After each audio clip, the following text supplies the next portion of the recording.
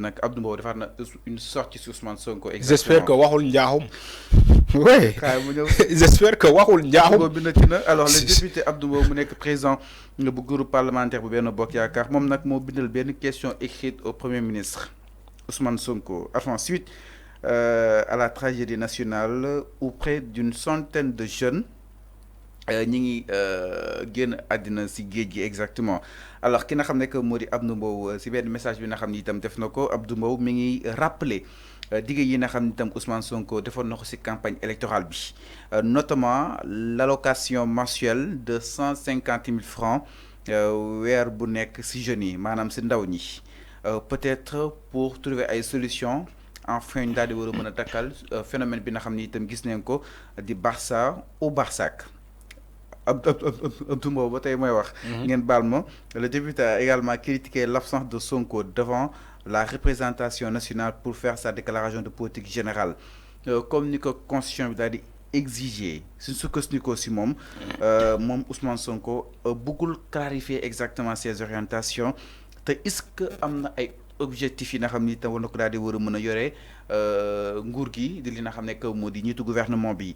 moom ki nga xam ne que moo di Abdou Mbow mu daal jàpp ne lu nu mel rek mën na tax jeunes yi daal désespéré emprunté li nga xam ne que moo di la mer parce que tey jii lépp ful fii Sénégal exactement ñoom woo nañ ko pour mu ñëw def sa déclaration politique générale bëggoon peut-être askan lu dal seen xel mais Ousmane Sonko da ko bañ loolu nag bokk na tey li contribuer à fond xale yi di emprunter. Alors la Méditerranée. pour mu andi ay éclaircissement dama bëgg fàttali Abdou Mbow ni que la question de l'immigration ne date pas sur l'ère de Diomaye wala Sonko bu fekkee moom dafa fàtte démb ñun fàttewuñu démb ah.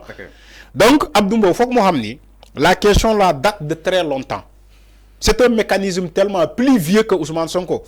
Ousmane Sonko fii la ko fekk. Diomaye fii la ko fekk. Macky Sall fii la ko fekk. ci Abdoulaye Wade sa la gënoon ulee ñaay parce que fa la slogan bi jógee Barça ou Barsac ci jamono Abdoulaye Wade la slogan bi jógee. Donc bu fekkee moom Abdou Mbow xamul il faut que ñu fàttali ko ni que la question de l'immigration c'est une vieille histoire. C'est une vieille histoire. Ça dépasse même l'entendement. Ça dépasse l'entendement. Ousmane Sonko dafa dépasser jëmm yi Ousmane Sonko la question de l'immigration là dafa dépasser jëmm yi Bassirou Diomaye Faye donc ñoom dañoo bëgg andi ay solutions mais pour trouver des solutions à ce phénomène là ça va être très difficile. Alors même si moi je suis d'accord avec la question de l'immigration ñu xool naka la ñuy mën a def ba freiner même si on peut pas freiner dans tous les pays au monde la question de l'immigration. Bon, demain en France, il y a des Français même qui sont en France qui immigrent de France à la Grande-Bretagne, l'Angleterre, par la voie terrestre. Dañuy dugg ci ay camions frigonisés ay camions bagages yi nii ñu xool naka la ñuy échapper. Loolu yëpp ay immigration clandestine la. Boo demee la zone frontalière entre la France et la Suisse, entre la France et la Suisse, il y a des Français qui immigrent vers la Suisse. Parce que dañoo jàpp ni que dund gi France dafa gën a tar que Suisse li ma lay wax ni li ma xam la ñi fa nekk mën nañu bind témoigner li may wax il y a des Français qui immigrent de France en Australie tubaab yi laa la wax tubaab yi ñoom ci seen jëmm bopp ñoom. France au Canada. Voilà de France au Canada merci Ibrahima Thiam de France au Canada.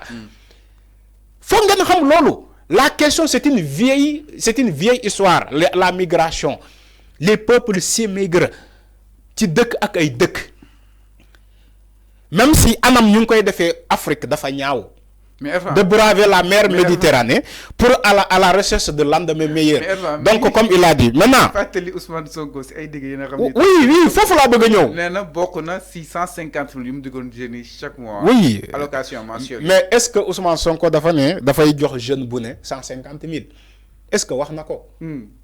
Il faut que Abdou Mbow mu wax clairement ce que Ousmane Sonko a dit. Est-ce que Ousmane Sonko a dit dañuy mensualiser jeune bu ne 150 000. mais du ñàkk dina am ñu si jël di leen fay 150 000. ouais dama ne dañuy ne orientation nouvelle orientation de la politique de l'immigration comment faire pour retenir les jeunes là dans ce pays. J'espère que Ousmane Sonko waxaat na ko à Saint-Louis ba muy sakku ci les jeunes là pour ñu toog bañ a immigrer. c'est-à-dire que il faut que ngeen xam loolu Ousmane Sonko musul ne jeune bu ne dinañ ko fay 150 000 loolu mënu ko jamono bii nii actuellement au Sénégal même bu fekkee mën nañu ko ça va nous prendre peut-être d'ici 30 ans wala d'ici 40 ans parce que pétrole feeñ na wala gaz feeñ na wala leneen ak leneen ñu xool naka la ñuy fexe pour indemniser les jeunes là ñu toog mais jamono bii nii un bilan de 100 jours au pouvoir mais mënoo ko def même si ñoom ñu ngi jéem pour retenir les jeunes là dans ce pays xale yi ñu ngi continuer di dem c'est-à-dire que nekkul Ousmane Sonko moo tax ñu dem nekkul Diomaye moo tax mu dem ñu dem. déclaration de politique bi su ko defoon li fii dina gën a mën a leer ñu xool. non orientation xam nga là aussi je suis d'accord avec toi. xam nga lu suis d'accord avec toi moo tax moom que ça soit Ousmane Sonko que ça soit Bassirou Diomaye Faye ñu ngi jéem pexe bu ne pour faire retenir les jeunes là dans ce pays ñu ngi jéem pexe bu ne pour xale yi mën a toog. ci réew gis nga tukki tekki baax na gis nga tukki tekki baax na toog tekki baax na. gis nga boy tukki pour tekki ñun ñaan nañu nga ñaan visa ñu may la visa nga dem tukki daan sa doole nga réussir mën a dimbale sa bopp dimbale say njaboot man loolu gëm naa ko tukki baax na. Je profite de l'occasion pour saluer les Sénégalais qui sont au niveau de la diaspora parce que ay jàmbaar lañu. Mais yaakaar ni que boo jëlee la mer là di dem Espagne tu vas trouver un lendemain meilleur là-bas man je ne crois pas même si c'est parfois un jeu de yo-yo tombola la mën nga gis ko immigré par la voie maritime ou la mer mu dem am teranga bu dul jeex en Espagne wala mu dem jógee Espagne dem ci beneen dëkk mu dem ba yàlla sutural ko mu tekki ñëw commencé tabax loolu am na mais loolu boo jëlee baromètre bi mais néew nañu immigré par la mer ñu tekki que ñu immigré par la mer tekkiwuñu en fait. Après ñu nekk dans les rues de Barcelone wala en Espagne di jaay ay soleil wala di dàqante ak policiers yi loolu am na mais man li ma d'accordul mooy maanaam ñu seetaan les jeunes là ñuy continuer di immigrer il faut pas ñu seetaan la ñuy continuer di dem ci njaboot ji la ñu bokk fii la ñu bokk c'est des citoyens ils peuvent contribuer au développement de ce pays donc il faut que ñu retenir ces jeunes là à tout prix. Il faut que nous retenions ces jeunes là à tout prix. Il faut que nous élaborer une autre politique d'orientation de la migration. Nous baña lek xaliss bi. L'Union européenne verse des milliards dans ce pays. Nous lek ko. Pourtant Babacar, comment il s'appelle? Le gars que Macky Sall a emprisonné ba muy wacc ci aéroport et que Babacar comment? Horizon sans frontières. Voilà, comment il s'appelle le gars là Babacar Boubacar comment il s'appelle j'ai oublié son nom. Mais le gars c'est loolu la wax dafa alerter le régime de Macky Sall. Boubacar Seye. Voilà, Boubacar Seye, merci. Dafa alerter le régime de Macky Sall sur les fonds que l'Union européenne déploie pour que suñu régime suñu nguur yi jël ko pour mën a retenir les jeunes là. Les fonds d'orientation là ñuy def ci la migration là mais nañu laaj Macky Sall fan la ñu ak ay régime fan la ñu dugal xaalis boobu. Voilà les questions dont les gens devaient se poser ci kii boobu ci immigration le phénomène de l'immigration. Si l'Union européenne verse de l'argent au pays là pour ñu retenir les jeunes ñoo ñu jël xaalis bi lekk ko xale yi du ñu gis dara. ñoom ñooy lekk xaalis bi nañu laaj Macky Sall ak ay ministres am yi ñooyu fan la ñu dugal xaalis bi les jeunes qui se sont fait rapatrier wàcc ay rapport au lieu que ñu jël xaalis boobu ubbi leen ay buntu yu ñu mën a daanee seen doole lan la ñuy def xale yi jox la benn pizza wala jox la benn 10 000 francs ne la ñibil loolu mooy séddoo bi jox la benn mbàjj nga muuroo ko jox la sandwich nga lekk ba pare jox la 10 000 francs.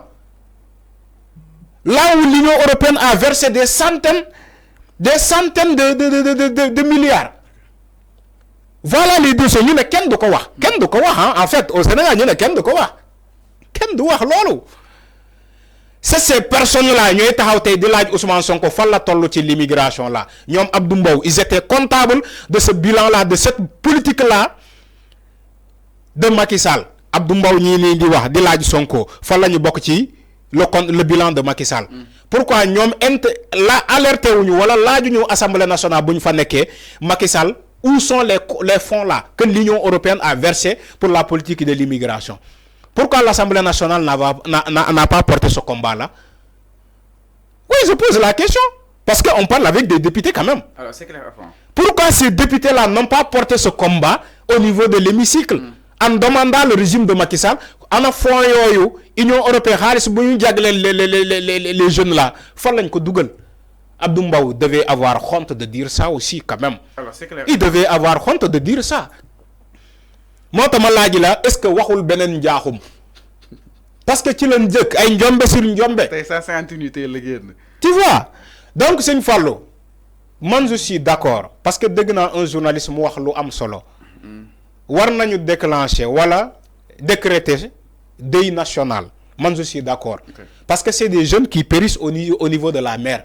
Au moins ne serait-ce que ñu war man sen mémoire yi wala sen ami ñu def recueil de journée morte, ne serait-ce que la flamme, parce que gis na fi ci jamono Macky Sall ay sénégalais organisé ko la population qui l'avait organisé deuil national ba ñuy tal ay bougies ci les réseaux sociaux là. Alors c'est clair avant mi ngi donc par rapport ak walu wun mel. Alors ñu daal di jall ci leneen avant Ousmane Sonko mu joxone ben